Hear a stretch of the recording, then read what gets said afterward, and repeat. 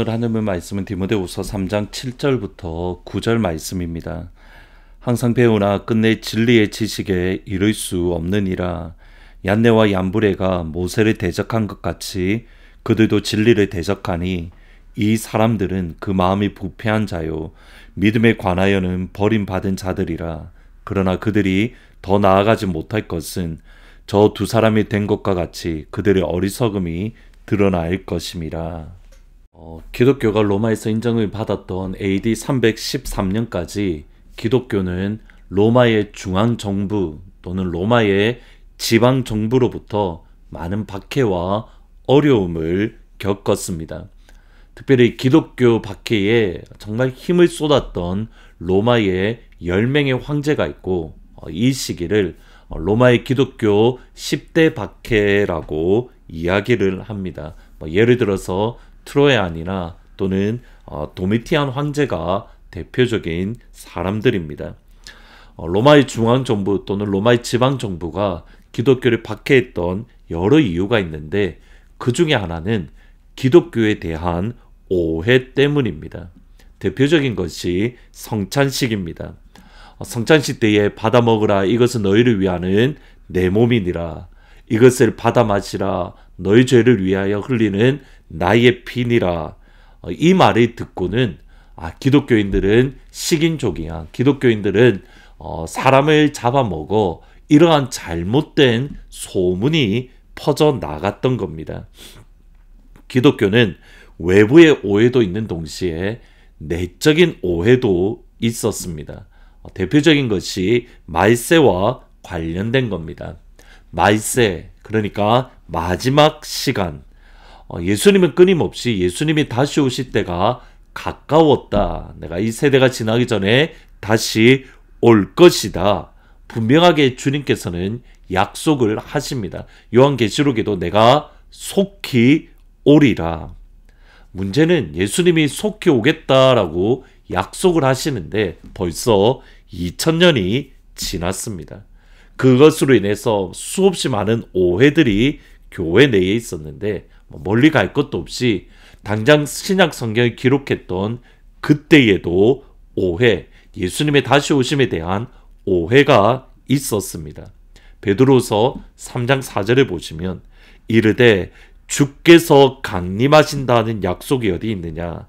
조상들이 잔후로부터 만물이 처음 창조될 때와 같이 그냥 있다 하니.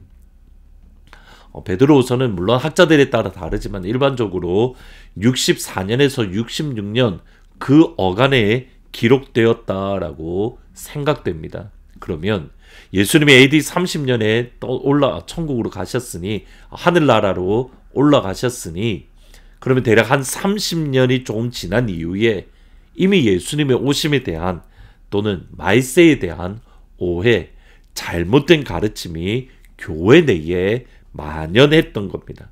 예수님이 오시긴 오시는데 늦게 오신다는 겁니다.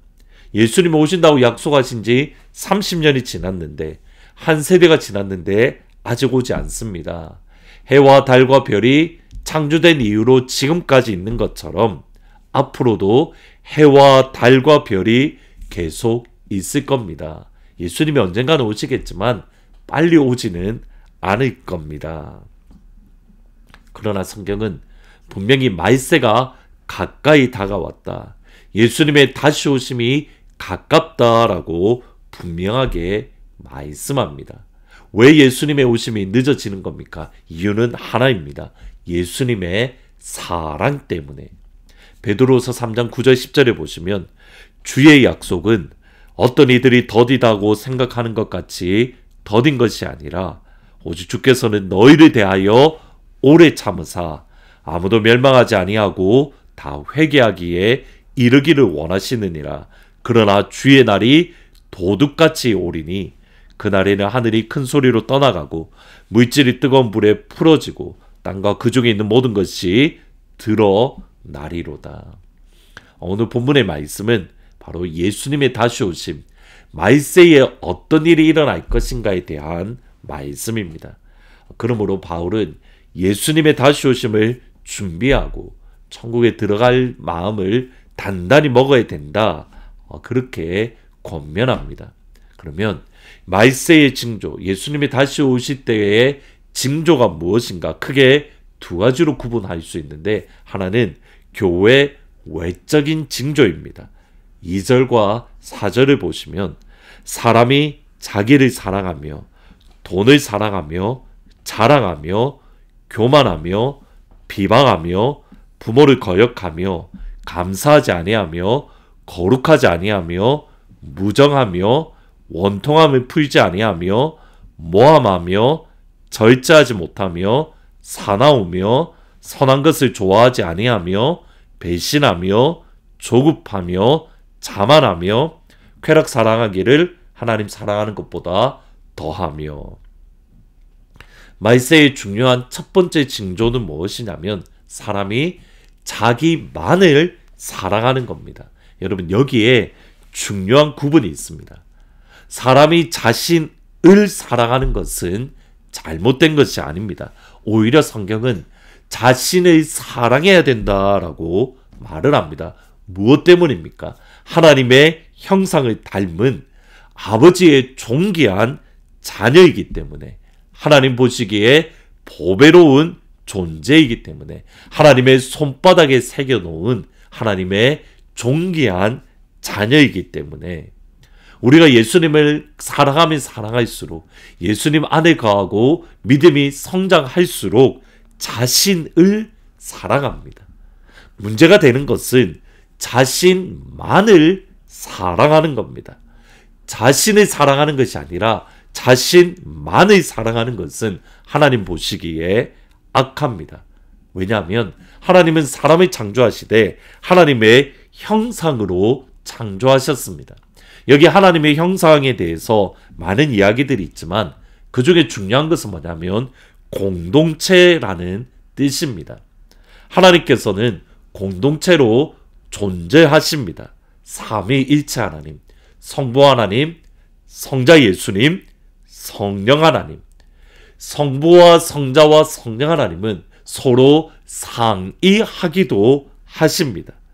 그리고 각자의 역할을 감당하십니다. 그것이 에베소서 1장에 나오는데, 성부 하나님은 구원을 계획하십니다. 성자 예수님은 아버지가 계획하신 구원 계획을 성취하십니다. 성령님은 아버지가 계획하시고 예수님이 성취하신 구원을 우리 각자에게 적용하십니다. 하나님은 삼위로서 완벽한 공동체로 존재하시고 그 하나님의 형상을 닮은 사람들도 공동체로서 존재하기를 원하십니다. 그리고 그 핵심은 무엇이냐면 사랑입니다.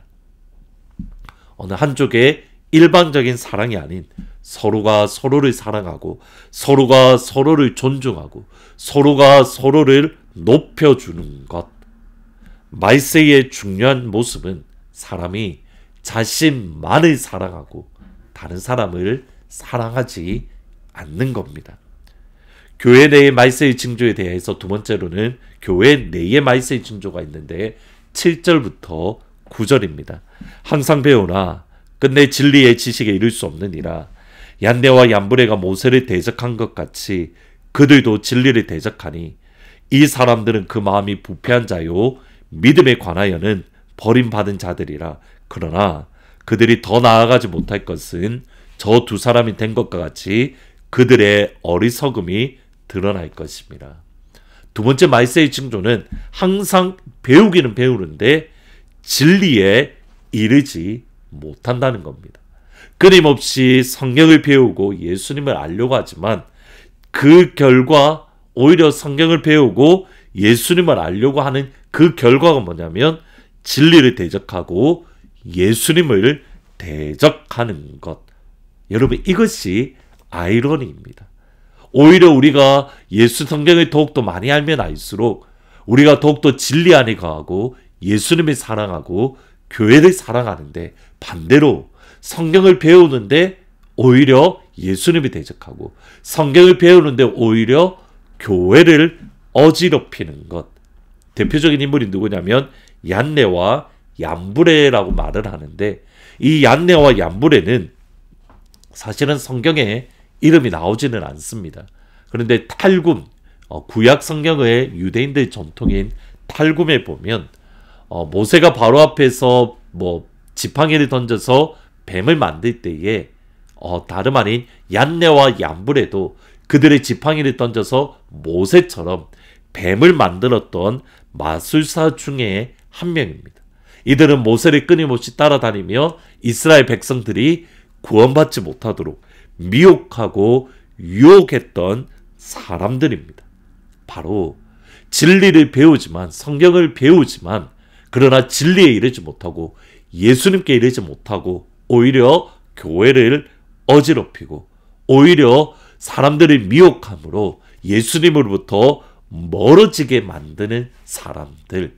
경건의 모양은 있으나 경건의 능력은 없는 사람들. 그런 사람들이 끊임없이 일어나서 교회를 어지럽히고 교회를 힘들게 만드는 것. 이것이 바로 말세의 징조라는 겁니다. 예수님을 믿는다는 것은 우리 안에 성장이 있고 성숙이 있다는 겁니다. 어제보다는 오늘이, 오늘보다는 내일이. 우리가 배우면 배울수록 항상 성장이 있고 항상 성숙이 우리 가운데에 나타나고, 물론 우리의 마음이 넘어질 때도 있습니다. 그러나 다시 일어나서 우리 삶 속에 영적인 열매를 거두는 것. 오직 성령의 열매는 사랑과 희락과 화평과 오래 참음과 자비와 양성과 충성과 온유와 절제니. 그리고 지금 주일마다 말씀을 드리는 마태복음 5장에서 나오는 팔복, 하나님의 DNA, 예수님의 DNA, 그것이 우리 안에 더욱더 풍성하게 맺어지는 것. 이제 다음 주 주일이면 추수감사주일입니다. 이제 2024년 우리가 한 걸음이라는 주제로 우리가 1년에 달려오는데, 하나님 앞에 한 걸음 더 들어가서 우리가 한 걸음 더 주님 앞에 가져다 드릴 믿음의 성숙, 신앙의 성숙, 믿음의 성품의 성숙의 그 열매를 주님 앞에 올려드릴 수 있는 우리 하늘문 모든 가족들이 되기를 주님의 이름으로 축복합니다. 기도하십니다. 주님, 예수님이 다시 오심을 우리가 기억을 하고 마지막 때가 다가오는 것을 우리가 기억을 합니다. 더욱더 깨어있어서 우리가 열심히 배우되 믿음의 성숙과 믿음의 성장이 우리 가운데에 일어날 수 있도록, 그러므로 우리에게 하나님의 DNA, 예수님의 DNA가 형성되어지고 열매가 맺어질 수 있도록 하나님 축복하여 주옵소서. 하나님, 오늘 10시부터 12시까지 복음치유 기도회를 가집니다. 이 시간을 통해서 우리가 회복되어지고 예수의 이름의 능력을 경험하는 귀한 시간이 될 수 있도록 예수님 함께하여 주옵소서. 예수님의 이름으로 기도합니다. 아멘. 오늘 10시부터 오전 10시부터 12시까지 본당에서 복음치유 기도회를 가집니다. 많이들 오셔서 같이 기도함으로 예수의 이름의 능력이 우리가 확증되어지고 경험하는 복된 시간이 되기를 주님의 이름으로 축복합니다. 주일날 기쁜 얼굴로 다시 찾아뵙도록 하겠습니다. 복의 근원 강림하사 찬송하게 하소서. 한량없이 자비하심 증량할 길 없도다. 복의 근원 강림하사 찬송하게 하소서. 한량없이 자비하심 증량할 길 없도다. 천사들의 찬송가로 나를 가르치소서. 구속하신 그 사랑을 항상 찬송합니다.